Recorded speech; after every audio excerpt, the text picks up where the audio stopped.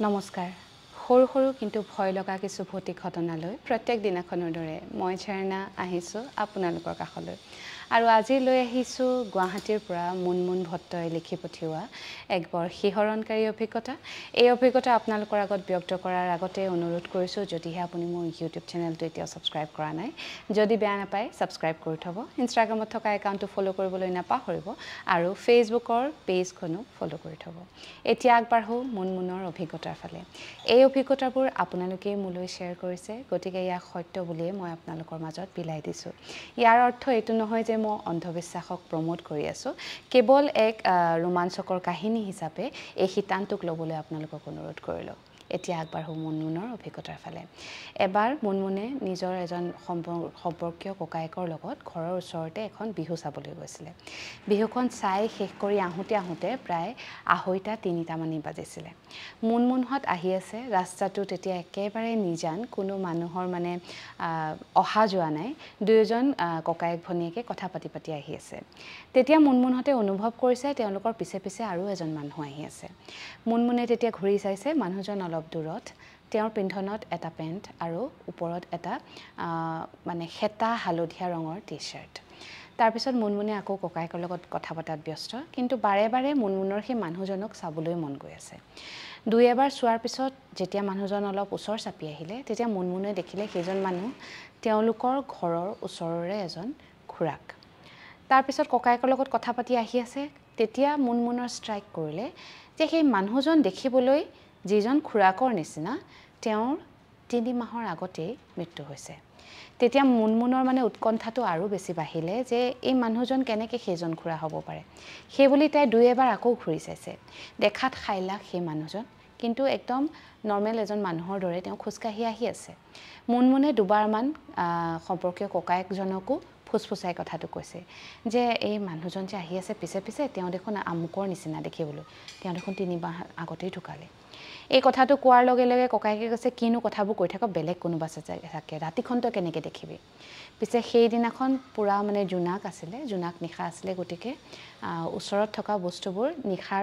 মানে জোনাকৰ পোহৰটো পুৰা স্পষ্টকৈ দেখা পায় গতিকে মুনমুনে কৈছে নহয় মই ভালকৈ দেখিছোঁ চাচোন চা তই ঘূৰিছা তেতিয়া ককায়েকেও এবাৰ ঘূৰি চালে তেওঁ তেতিয়া ধৰিব পাৰিলে যে হয় তাই কোৱা কথাটো মিছা নহয় মানুহজন খাইলাখ দেখিবলৈ সেইজন মানুহৰ নিচিনা তাৰপিছত তেওঁ তেতিয়া ভনীয়েকক ক'লে যে পিছলৈ আৰু ঘূৰি নাচাবি বৰ খৰকে বল মুনমুনহঁতে যিমান খৰকে খোজকাঢ়ি আছে মানুহজনেও সিমান খৰকে খোজকাঢ়ি আহি আছে তাৰপিছত মুনমুনহঁতে খোজকাঢ়ি সেই পদূলিমুখ পালেহি যি ঘৰ মানুহৰ মানে মানুহজনৰ কথা মুনমুনে ককায়েকক কৈছে যাৰ মৃত্যু 3 মাহৰ আগতে হৈছে তাৰপিছত সেই পদূলিটো পাৰ হৈ দুঘৰমান গৈ মুনমুনহঁতৰ ঘৰ পদূলিটো পাৰ হৈ মুনমুনে আকৌ ঘূৰি চাবৰ মন গ'ল তাই ঘূৰি চাইছে তেতিয়া দেখিছে সেই মানুহজনে সেই পদূলিটো যিটো পদূলিৰ কথা কৈছোঁ সেই পদূলিটোতে সেই মানুহজনৰ ঘৰলৈ গেটখন খুলি সোমাই গৈছে আৰু তাৰপিছত মুনমুনে ককায়েকক মানে হাতখনত এনেকৈ টানি কৈছে চাচোন চা তেতিয়া ককায়েকেও চাইছে আৰু তেতিয়া দেখিছে যে মানুহজন সোমাই গৈছে সঁচা কিন্তু তেওঁৰ কঁকালৰ তলফালটো মানে ভৰিহাল নাই মানুহজন যেন বতাহত উপঙি আছে আৰু অলপ দূৰ তেওঁ যোৱাৰ পাছত মানুহ ঘৰৰ যিটো দৰ্জাৰ মুখত যে লাইট থাকে ডিম লাইটটো মানে বাৰান্দাত এটা লাইট জ্বলি আছিলে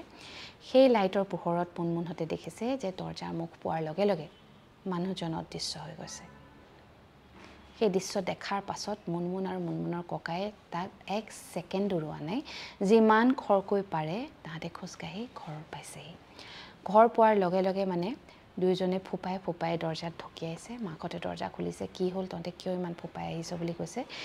একো কথা ক'ব পৰা নাই দুইজনে সিধাই কৈছে যে পানী দিয়া অলপ পানী দিয়া খাওঁ তাৰপিছত মাকতে পাইছে খোজকাঢ়ি আহিছে কাৰণে চাগে ভাগৰ লাগিছে পানী চানী খাই মুনমুনহঁত শুবলৈ গ'ল ৰাতিপুৱা যেতিয়া মাকে মুনমুনক উঠাইছে ককায়েকো সেইদিনাখন তাতে থাকিলে তেওঁৰ ঘৰ ওচৰতে কিন্তু তেওঁৰ ঘৰলৈ গুচি নগ'ল আৰু তাতে থাকিলে ৰাতিপুৱা যেতিয়া মুনমুনৰ মাকে মুনমুনক উঠাইছে তেতিয়া মুনমুনে বিচনাৰ পৰা উঠিব পৰা নাই বিৰাট বেছি জ্বৰ উঠিছে তাই মানে জ্বৰ একদম মূৰ পাইছেগৈ মূৰটো একদম তপত অঙঠাৰ দৰে মানে গৰম হৈ আছে তাৰপিছত মাকে তেতিয়া মানে আচৰিত হৈছে ছোৱালীজনী কি হ'ল তাৰপিছত ককায়েকক জগাবলৈ গৈ দেখিছে ল'ৰাজনৰো অৱস্থা একেই দুইজনৰে বিৰাট জ্বৰ তাৰপিছত মুনমুনহঁতক সুধিলে যে কি হ'ল কিহৰ কাৰণে ৰাতিখন ইমান উধাটো খাই আহিছিলি তেতিয়া তাহাঁতে ক'লে কথাটো কাক দেখিছিলে আৰু তেতিয়া ওচৰ চুবুৰীয়া মানুহেও কথাটো গম পালে তেতিয়া গাঁৱৰে এজন বয়োজ্যেষ্ঠ ব্যক্তিয়ে কৈছে যে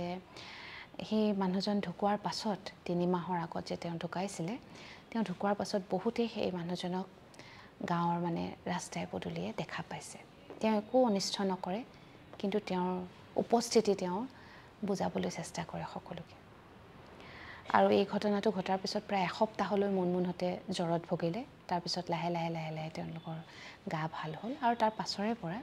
আজিলৈকে ভগৱানৰ কৃপাত তেওঁলোকৰ লগত আৰু একো ঘটা নাই এই ঘটনাটো বৰ এক সুকীয়া ঘটনা শুনি কেনেকুৱা পালে জনাবৰ কাৰণে ভিডিঅ'টোৰ তলত কমেণ্ট কৰিবলৈ নাপাহৰিব আৰু আপোনাৰ যদি কিবা অভিজ্ঞতা আছে যিটো মোৰ লগত আপুনি ব্যক্ত কৰিব বিচাৰে তেনেহ'লে আপোনাৰ মেছেঞ্জাৰত গৈ মানে মোৰ মেছেঞ্জাৰত গৈ এটা মেছেজ লিখিব আপোনাৰ অভিজ্ঞতা মই পাঠ কৰিম আজিৰ এই ঘটনা ইয়াতে সামৰিছোঁ কাইলৈ নিশা এক নতুন ঘটনালৈ আপোনাৰ কাষ চাপিম এতিয়ালৈ আহিছোঁ শুভৰাত্ৰি